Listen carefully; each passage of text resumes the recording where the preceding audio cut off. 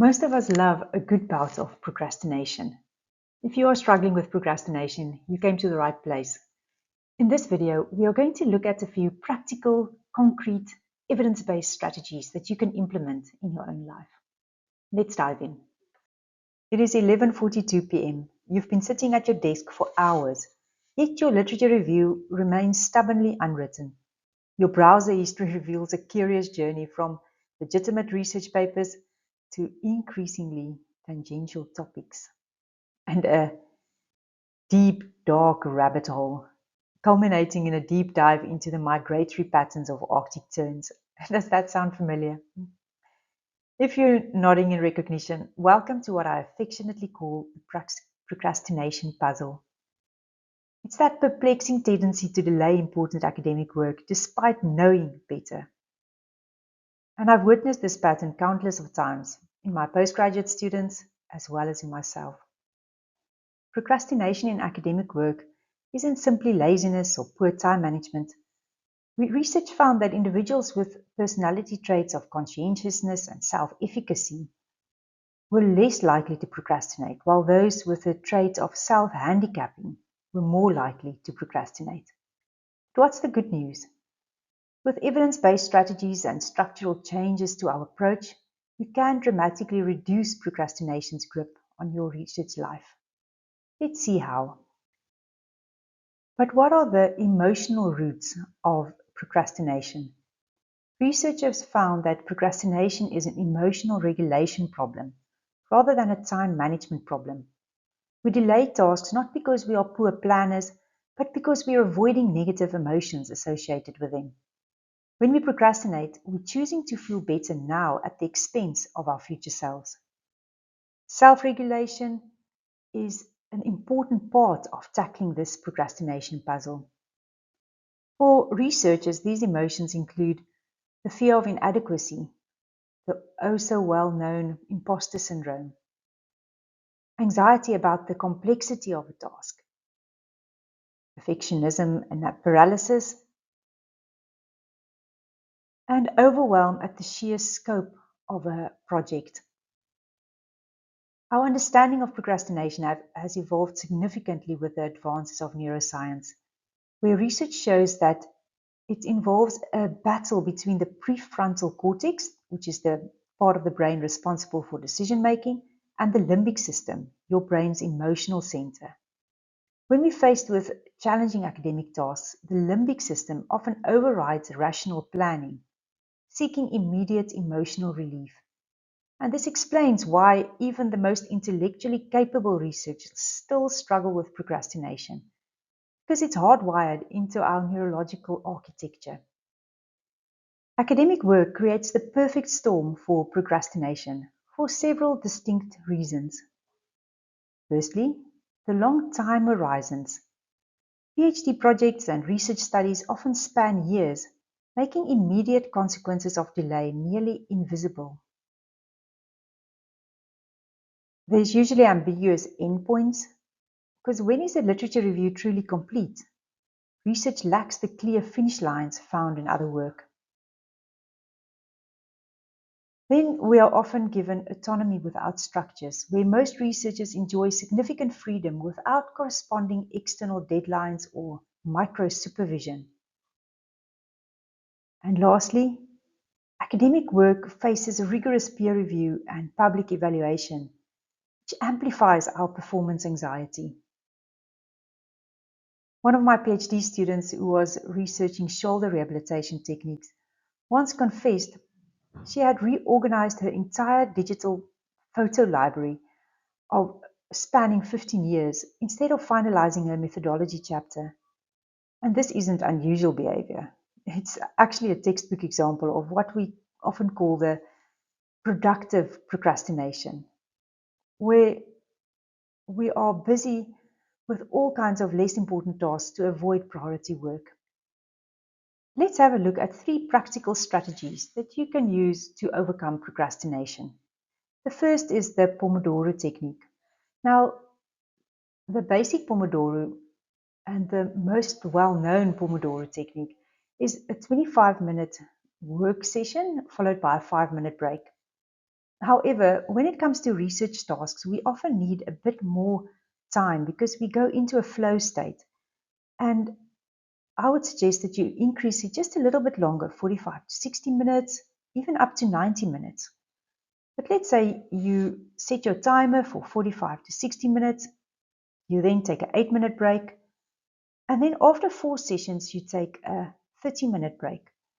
These time boxed sessions makes it much easier to overcome that procrastination hurdle because you will set clear objectives for this work session, whereafter you'll dive in and you'll only work on that one single thing, which takes the overwhelm away. The second strategy involves implementation intentions, where you create specific plans in the if-then format. Implementation intentions can dramatically increase follow-through on intentions. And for academic work, you need to create clear implementations like if it's 9 o'clock on a Tuesday or Thursday morning, then I will work on my statistical analysis for 2 hours. Or if I feel the urge to check social media during my writing time, I will jot down the thought and return to it during my break.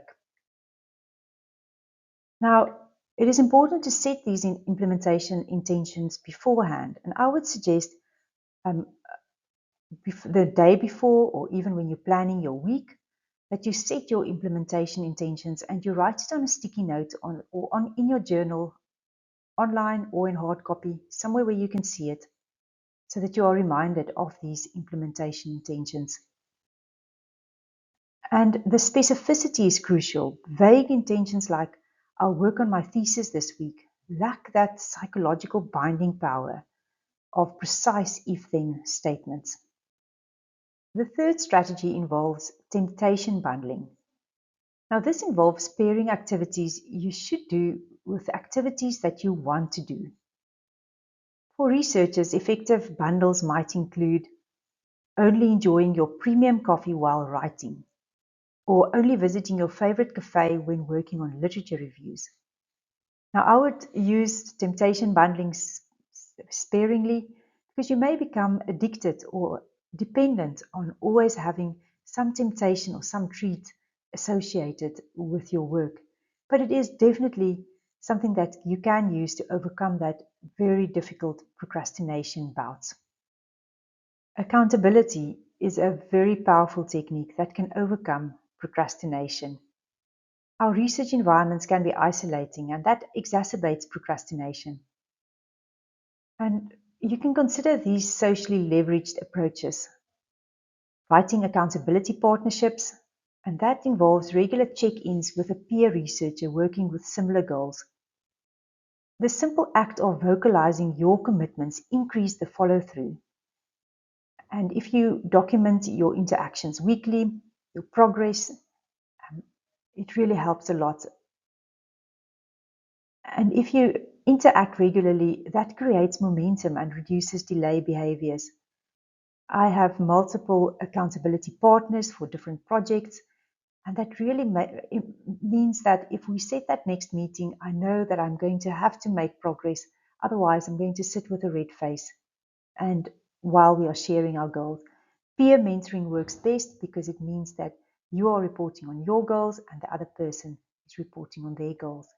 Even writing retreats, like they call it the shut up and write, or co-writing sessions, are very useful to gain some momentum because you know other people are writing. It's like that accountability. It will be socially not acceptable for you not to be writing and for you not to achieve your goals because everyone else is achieving theirs. One technique I've implemented with one of my research groups is co-writing sessions each Wednesday, which involved a 2-hour session where my doctoral and master students work on their dissertations, their manuscripts, their grants in the same virtual space. The collective focus creates a powerful environment where procrastination just becomes socially awkward, and we leverage this positive peer pressure to gain momentum. Let's look at a few frequently asked questions from research students. How do I stop procrastinating on tasks I genuinely dislike? I can so associate with this one. Rather than attempting to eliminate the negative emotions, acknowledge them while proceeding anyway. The 10-minute rule can be very effective in this case. Commit to just 10 minutes of the dreaded tasks, and once you begin, that continuation barriers significantly diminish, and that anticipated discomfort usually proves to be exaggerated. Writing anxiety frequently manifests as procrastination. So start with, firstly, free writing, where you do just 10 minutes of uncensored writing without any editing. And this is especially difficult when you start with that blank page.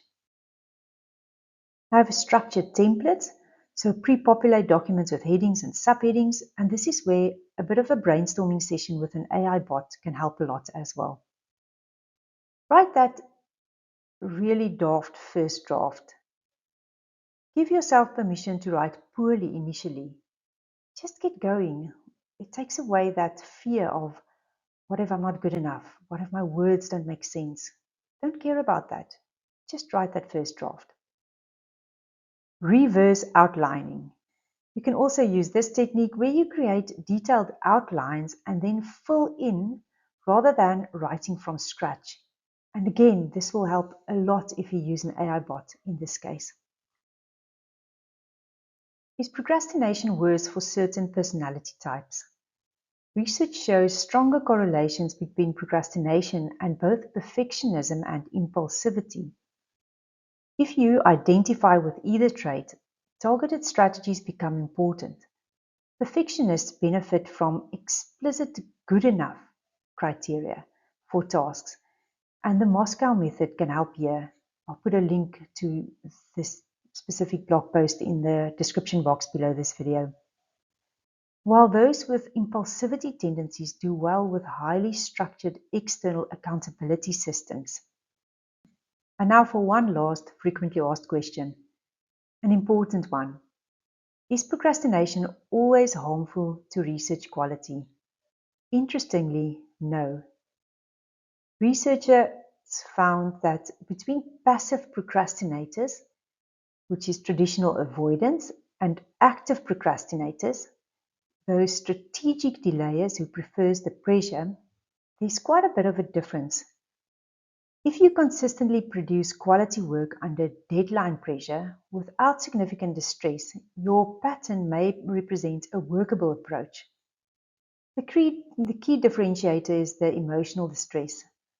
Procrastination that causes significant anxiety or reduces work quality requires intervention. Understanding procrastination as an emotional regulation challenge rather than a character flaw represents an important first step. I encourage you to select just one technique from this video and commit to consistent application for 2 weeks. Small, sustainable changes create compound effects in research productivity over time. Procrastination is a nearly universal experience, and you're not alone in the struggle. You can significantly reduce its impact on your research journey with a few evidence-based approaches and a bit of structured support. If you enjoyed this video and you found it useful, please like it, share it, and give me a comment. Tell me what's your biggest procrastination struggle. Also, if you would like to have more guidance, join the Research Mastermind Success Academy. It's a membership where we help PhD students work at the pace of their ambition without sacrificing their sanity. There's all kinds of step-by-step research training and short courses, downloadable templates and tools, partnerships with software companies for discounts, and of course, there's private community access. You need more? Join today.